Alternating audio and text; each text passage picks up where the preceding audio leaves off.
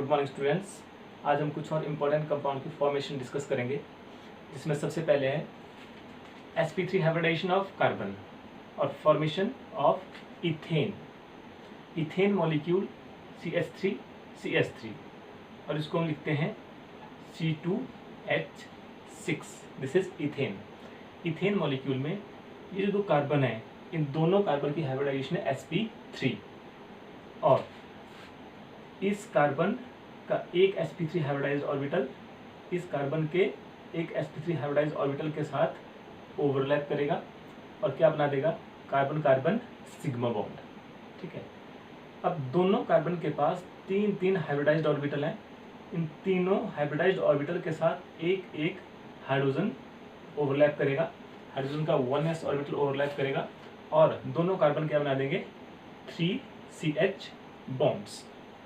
Ultimately यहाँ पे बन जाएगा C2H6। इस मॉलिक्यूल में कार्बन कार्बन का जो बॉन्ड है, इसकी बॉन्ड लेंथ है 154 पिकोमीटर और HCC बॉन्ड एंगल है 109.5 डिग्री और CH बॉन्ड लेंथ है 109 पिकोमीटर। बहुत ही इंपॉर्टेंट कंपाउंड है ये। इसके बाद है sp2 hybridisation of carbon, formation of ethene.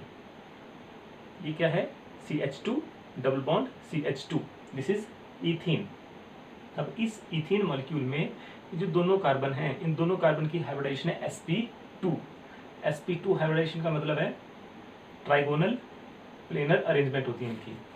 अब फर्स्ट कार्बन का एक sp2 hybridised orbital second carbon के एक sp2 हाइब्रिडाइज्ड ऑर्बिटल के साथ ओवरलैप करके कार्बन कार्बन का सिंगल बॉन्ड या सिग्मा बॉन्ड बना रहा है। डबल बॉन्ड है, इनमें से एक बॉन्ड कैसे बना, जब कार्बन कार्बन का जो हाइब्रिडाइज्ड ऑर्बिटल है ये ओवरलैप किया। अब दोनों कार्बन के पास एक दो दो और हाइब्रिडाइज्ड ऑर्बिटल हैं। ये दोनों hybridised orbital 1s orbital hydrogen का है, उसके साथ ओवरलैप करके CH बॉन्ड्स बना रहे हैं। इसके अलावा ये डबल बॉन्ड कैसे बन रहा है, दूसरा बॉन्ड कैसे बन रहा है कार्बन कार्बन के बीच में। हमने यहाँ पे देखा कि तीन जो p ऑर्बिटल थे कार्बन के, उनमें से दो तो यूज हो गए हाइब्रिडाइजेशन में और दोनों कार्बन के पास एक एक क्या है, अनहाइब्रिडाइज्ड ऑर्बिटल है। ये जो अनहाइब्रिडाइज्ड ऑर्बिटल है ये साइड वाइज साइड से ओवरलैप करेगा, इस तरह से ओवरलैप करेगा, साइड वाइज ओवरलैप, जिसकी वजह से जो है पाई बॉन्ड बनेगा। तो पाई बॉन्ड यहाँ पे बन रहा है due to side wise overlap. ठीक है। तो इथीन मॉलिक्यूल में कार्बन कार्बन के बीच में जो ये दो बॉन्ड है, इनमें से एक कैसा है, सिग्मा बॉन्ड और दूसरा है पाई बॉन्ड। इसके बाद है sp हाइब्रिडाइजेशन ऑफ कार्बन। इसमें हम देखेंगे formation of ethyne molecule. Ethyne को हम क्या बोलते हैं, एसिटाइलिन भी बोलते हैं। इथाइन क्या है, CH ट्रिपल बॉन्ड CH। ठीक है। तो इस केस में ये दोनों कार्बन है, इन दोनों कार्बन की हाइब्रिडाइजेशन है sp। sp का मतलब कार्बन का एक s ऑर्बिटल और p ऑर्बिटल हाइब्रिडाइज हो रहा है। हमें पता है p ऑर्बिटल p सब सेल के अंदर तीन होते हैं, px py pz। उनमें से एक हाइब्रिडाइज हो गया तो दो ऑर्बिटल अनहाइब्रिडाइज्ड हैं और यहाँ पे ये रेड कलर में अनहाइब्रिडाइज्ड ऑर्बिटल बताया हूँ। इस कार्बन के पास भी दो हैं और इस कार्बन के पास भी दो अनहाइब्रिडाइज्ड ऑर्बिटल हैं।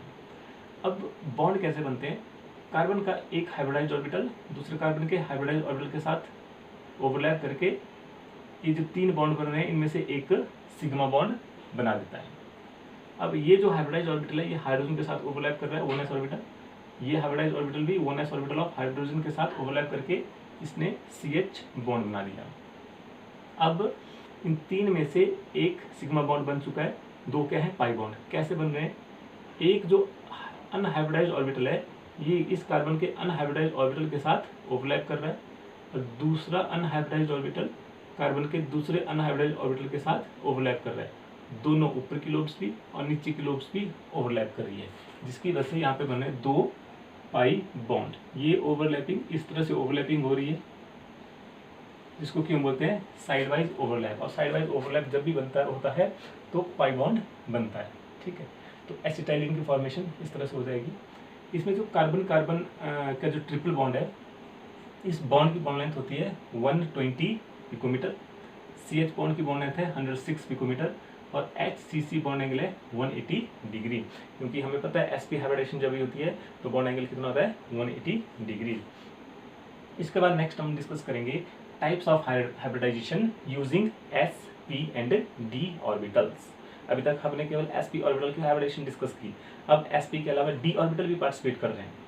तो इसमें सबसे पहली हाइब्रिडाइजेशन है sp3d हाइब्रिडाइजेशन। इसके नाम से क्लियर है, 1 s orbital and 3 p orbitals and 1 d orbitals. Total इसके अंदर 5 ऑर्बिटल्स हाइब्रिडाइज हो रहे हैं, मिक्स हो रहे हैं। तो हाइब्रिडेशन के बाद हमें 5 ही ऑर्बिटल्स मिलेंगे, और आफ्टर हाइब्रिडाइजेशन जो ऑर्बिटल्स मिलेंगे उनकी अरेंजमेंट स्पेस के अंदर फिक्स्ड होगी, और उस अरेंजमेंट को हम बोलते हैं ट्राइगोनल बाई पिरामिडल। ये ट्राइंगुलर प्लेन के अंदर 3 ऑर्बिटल्स हैं, और एक ऑर्बिटल अबव द प्लेन, दूसरा ऑर्बिटल बिलो द प्लेन। इसको बोलते हैं ट्राइगोनल बाई पिरामिडल अरेंजमेंट। इसका एग्जांपल हमने लिया हुआ है PCl5 मॉलिक्यूल। अब PCl5 मॉलिक्यूल में सेंट्रल एटम है फास्फोरस। फास्फोरस के वैलेंस शेल की कॉन्फ़िगरेशन है 3s2, 3p, 3 और 3d के है वेकेंट है। अब इसके वैलेंस शेल में 3 ऑर्बिटल्स हैं जो हाफ फील्ड हैं, तो ये 3 बॉन्ड बना सकता है। लेकिन इस मॉलिक्यूल में फास्फोरस ने 5 बॉन्ड बनाए हुए हैं। तो 5 बॉन्ड कैसे बनेंगे? जब यहाँ से एक इलेक्ट्रॉन एक्साइट होके डी के अंदर चला जाता है। तो एक्साइटेड स्टेट की कॉन्फ़िगरेशन क्या हो जाएगी? 3s में 1, 3p में 3 और 3d में एक इलेक्ट्रॉन आ जाएगा। ठीक है। अब ये जो 5 ऑर्बिटल हैं, 1 3s and 3 3p and 1 3d orbital, ये हाइब्रिडाइज हो जाएंगे sp3d हाइब्रिडाइजेशन में। और sp3 हाइब्रिडाइजेशन के बाद जो हाइब्रिडाइज्ड ऑर्बिटल हैं, इनके साथ क्लोरीन अपना ऑर्बिटल शेयर करके बॉन्ड बना देगा। तो 5 बॉन्ड बन जाते हैं PCl के बीच में। अल्टीमेटली sp3d हाइब्रिडाइजेशन है, तो अरेंजमेंट कैसी होगी? ट्राइगोनल बाइपिरामिडल, जिसमें फास्फोरस प्लेन के सेंटर में है और इसने 3 बॉन्ड्स बनाए हुए हैं जो ट्राइंगुलर प्लेन के बीच में है। इन 3 बॉन्ड्स को बोलते हैं इक्विटोरियल बॉन्ड्स। इनकी बॉन्ड लेंथ होती है 204 पिकोमीटर, और जो 2 बॉन्ड्स हैं ये प्लेन के अबव है और दूसरा बिलो है। इन 2 बॉन्ड्स को बोलते हैं एक्सियल बॉन्ड्स, और इनकी बॉन्ड लेंथ होती है 219 पिकोमीटर। ठीक है। सेकेंड टाइप है sp3d2 हाइब्रिडाइजेशन। sp3d2 में एक s ऑर्बिटल, 3 p ऑर्बिटल और 2 d ऑर्बिटल हाइब्रिडाइज हो रहे हैं। मतलब टोटल 6 ऑर्बिटल्स हाइब्रिडाइज हो रहे हैं। तो 6 ही नए ऑर्बिटल बनेंगे जिनको हम हाइब्रिडाइज्ड ऑर्बिटल्स बोलेंगे। और ये जो हाइब्रिडाइज्ड ऑर्बिटल बने 6, इनकी एक फिक्स्ड अरेंजमेंट होगी ऑक्टाहेड्रल। तो जब भी sp3d2 हाइब्रिडाइजेशन होगी तो अरेंजमेंट कैसी होगी? ऑक्टाहेड्रल। अगर सभी हाइब्रिडाइज्ड ऑर्बिटल बॉन्ड बना रहे हैं तो, अगर किसी में लोन पेयर आ गया तब जो शेप है वो ऑक्टाहेड्रल से डिस्टर्ब हो जाएगी। तो इसमें हमने एग्जांपल लिया हुआ है SF6 मॉलिक्यूल का। SF6 मॉलिक्यूल में जो सेंट्रल एटम है वो है सल्फर। सल्फर के वैलेंस शेल की कॉन्फ़िगरेशन है 3s2, 3p, 4 and 3d 0।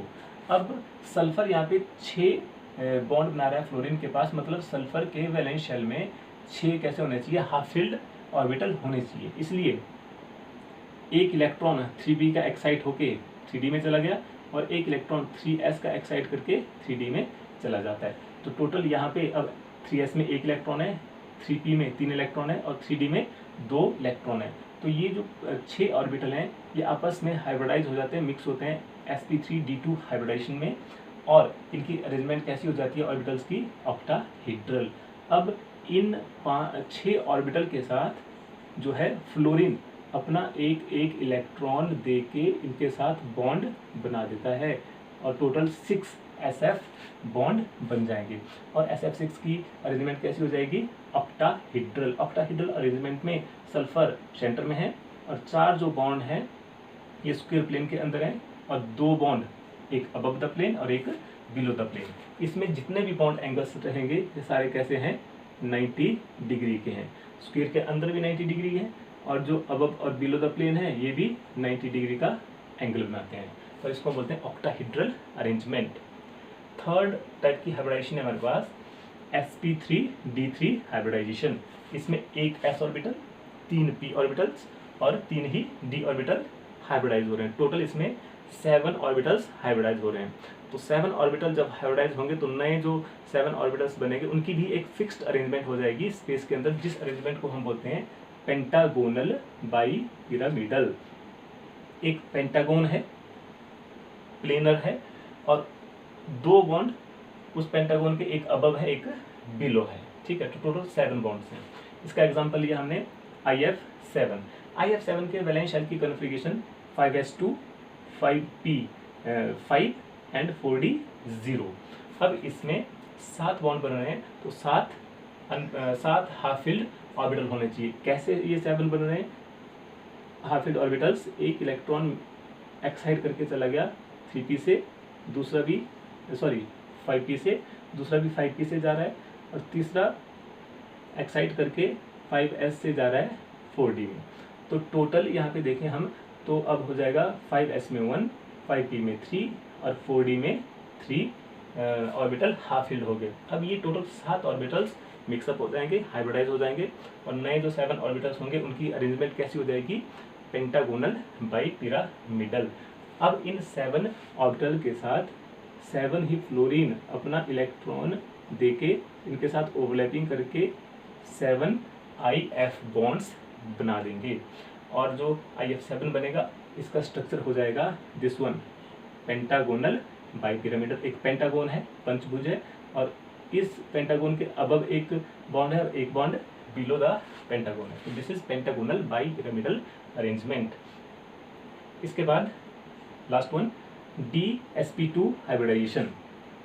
DsP2 hybridisation में एक D ऑर्बिटल जो पिछले शेल का है वो यूज हो रहा है, और S और P ऑर्बिटल नेक्स्ट शेल के यूज हो रहे हैं। जैसे हमने एग्जांपल लिया हुआ है NiCN4 2 नेगेटिव, ये कोऑर्डिनेशन कंपाउंड है।